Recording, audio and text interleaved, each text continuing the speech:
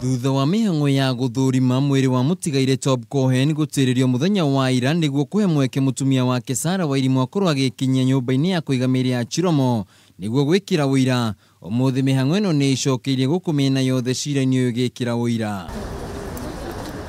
No na kuri oguo ngucanio ni yumiritie gatagati ka miena yeri kuria mwari wa nyina na mutigaire Cohen arenda anengerwo mwiri niguo athike na akorwo agicokereria kwao mucii.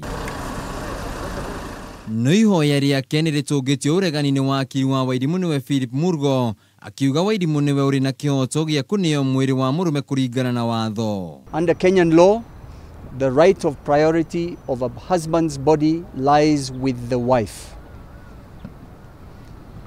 She is very well aware of her husband's wishes in the event that he ever died.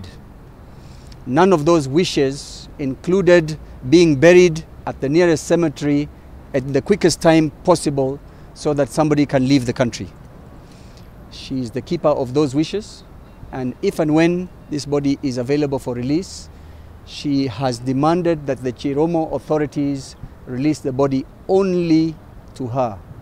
Only to her. Mihang'o ino ya guthurimwo kwa mwiri wa mutigaire Cohen ni tuire irugamitio kuma na ndugamano iria ikuretwo kuma miena yeri.